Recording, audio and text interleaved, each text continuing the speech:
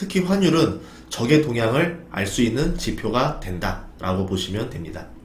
이게 타짜들이 눈은 속여요. 보면 눈은 속이는데 소리를 못 속입니다. 밑장 빼기 같이. 이것처럼 코스피 지수 같은 경우는 선물이랑 옵션으로 속임수가 가능한데 환율은 속이기가 어려워요. 가계대출 이야기가 나왔는데 1660조 원이 나왔습니다. 사상 최대치고 전년 대비 10%가 늘었대요. 8월 6일 금융감독원장이 어떤 말을 했냐면 다양한 리스크가 일시에 몰려오는 퍼펙트 스톰이 발생할 수도 있다. 이를 눈치챈 외국인들이 지금 주식을 팔고 있다. 어쨌든 팔기 때문에 환율이 오르고 있다. 그럼 환율이 오르면 어떤 일이 벌어지느냐? 외국인들 입장에서는 주가가 가만히 있어도 본인들 평가액이 떨어져요. 그러니까 손실이 나는 겁니다. 그러면 외국인들끼리 이제 이렇게 되는 거죠. 누가 먼저 팔고 나가나 눈치 게임으로 바뀝니다. 이게 환율로 봤을 때 코스피의 관점입니다. 여기에 이제 정부가 뭐 딱히 말하지 않은 외환 상황을 따로 분석을 해보도록 할 건데요. 퍼펙트 스톰이라 말을 했다라고 하면은 이거보다 더 큰 문제가 있지 않을까라 생각을 해요.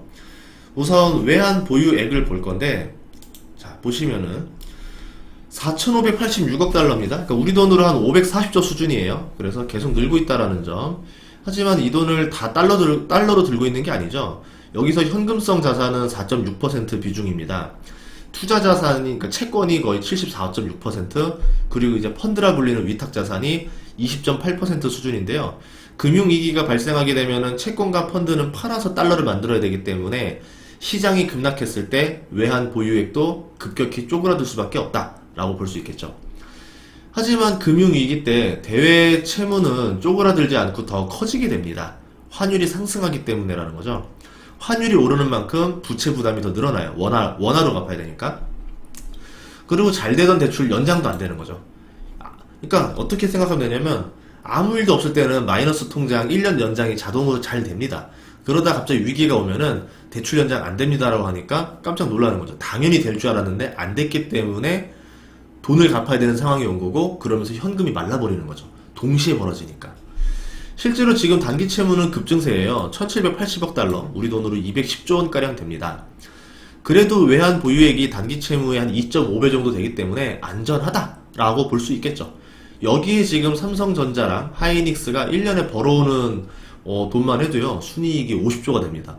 그러니까 우리나라 대기업들 돈만 잘 벌어온다라고 하면은 뭐 대외 채무, 단기 채무 정도를 갚아낼 능력이 있다, 이렇게 보는 거죠. 그러니까 건강할 때는 문제가 없다, 이렇게 해석하시면 될 것 같아요. 이 중에서 이제 주요 통화 스와프를 보려고 하는데요. 한미 통화 스와프가 600억 달러가 돼요. 70조 정도 되고요. 이게 지금 12월까지입니다. 6개월 연장 3번 했었고, 지금 3개월 연장 마지막 한 번 했는데, 그래서 12월에 만기가 되고요. 한중 통화 스와프가 있는데 원화랑 위안화로 교환을 할 수 있어요. 달러로 교환되는 거 아닙니다. 그런데 이 규모도 70조짜리, 2025년 10월까지. 규모가 큰 건 이 두 건밖에 없어요. 이 중에서 금융위기 시에 달러를 가져올 수 있는 스와프는 한미 통화 스와프가 유일하겠죠. 근데 이게 지금 9월 만기였었다가 6월 달에 3개월 연장 합의가 됐어요. 그래서 12월 만기가 됐습니다. 그러면 또 연장을 하려면 아마도 뭐 한 9월쯤에 연장 합의가 났다라는 좀 발표가 좀 있어야 될 것 같은데, 그렇게 발표가 안 나고 그냥 12월에 만기로 끝입니다 라는 뉴스가 나오게 되면 우리를 치면 외환 보유를 좀 든든하게 지켜줬던 70조짜리 안전판이 사라지게 되는 거죠. 그리고 9월에 한국은 15억 달러 규모의 외평채를 발행할 예정이에요. 5년간 달러 외평채 발행 내역을 보면요, 2017년에 10억 불, 2018년에 10억 불, 2019년에 15억 불, 2020년에 한 6.25억 불, 그리고 2021년에 15억 불 정도의 외평채를 발행하게 됩니다. 거의 매년 꾸준히 발행하고 있다라는 거죠. 그러니까 계속 매년 달러를 유입시키고 있다, 이렇게 보시면 돼요. 보통 이게 뭐 한 10년짜리, 30년짜리 외평채이기 때문에 다 장기 채무로 볼 수 있습니다. 하지만 달러를 발행하는 만큼 이제 환율은 안정될지언정 결국 부채가 쌓이는 거고 달러 이자가 발생한다. 결국은 뭐 안 하는 게 제일 좋겠죠. 하지만 뭐 달러가 급하면은 발행해서 자꾸 달러를 안정화시키기 위해서 발행할 수도 있긴 할 겁니다. 여기에 외국인 주식 매도를 규모를 볼 건데요. 그 금액이 적지 않습니다. 코스피에서만 지금 3달 동안 13조를 순매도했어요. 한국은 신흥국이고 글로벌 세력 입장에서 봤을 때는 지금 신흥국 투자 매력이 사라지는 시기, 또는 뭐 경기 침체가 오는 시기, 이렇게 판단을 했을 때 신흥국 주식을 팔아서 미국으로 가져갈 가능성이 높겠죠. 그러면 지금 코스피도 이제 하락하고 있고요. 여기서 상해 지수도 하락하고 있고, 외국인들 놀이터라 불리는 이제 홍콩 항생 지수인데 굉장히 많이 하락했습니다. 3개월 동안 20% 하락했어요. 이렇게 봤을 때 코스피랑 상해 지수가 잘 버텼다 정도로 볼 수 있겠죠. 반면에 미국 증시는 홀로 오르고 있습니다. 이 나스닥 보시면은 계속 오르고 있죠. 지금 3개월 동안 7% 올랐고요. S&P 500 지수도 3개월 동안 12.5% 올랐습니다. 지금 차별화가 벌어지고 있죠. 신흥국은 떨어지고 있고 선진국, 미국은 지금 계속 오르고 있는 모습을 보여주고 있다는 거죠. 미국 증시가 홀로 오르고 신흥국이 침체되고 있으니까 거기에 또 한국은 증시 규모가 크기 때문에 외국인들 입장에서는 돈을 빼먹기 좋은 시장에 속합니다. 다른 나라보다 달러 유출이 크게 발생할 수 있다는 거겠죠.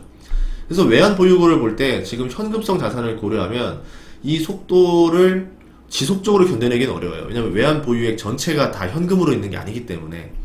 그리고 외환 보유액은 심리가 굉장히 중요합니다.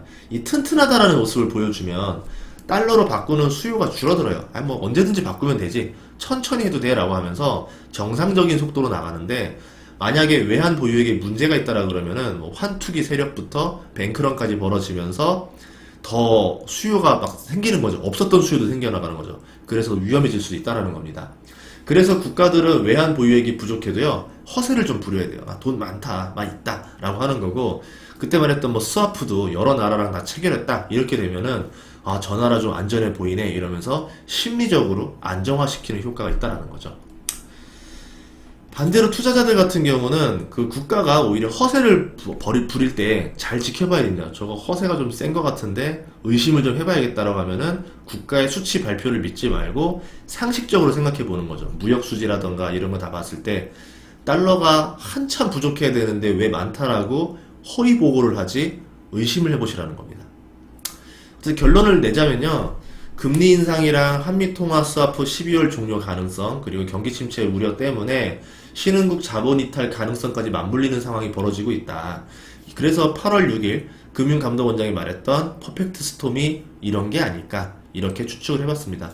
여러분 투자하실 때도 환율 잘 보시면서 투자하시길 바라겠습니다. 환율을 잘 보면은 위기를 막을 수도 있고 오히려 위기를 기회로 바꿀 수도 있다. 이렇게 정리하도록 하겠습니다.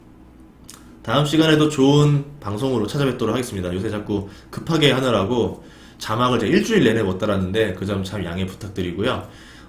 환율에 대한 내용들은 뭐 공부를 좀 많이 하시면 좋겠어요. 지금 뭐 제 책, 돈의 흐름 책도 좋고 환율에 나온 책들도 굉장히 많으니까 한 권 정도 읽으시면은 지금 투자자들에게는 굉장히 적기가 아닐까 이렇게 생각을 해봅니다. 감사합니다.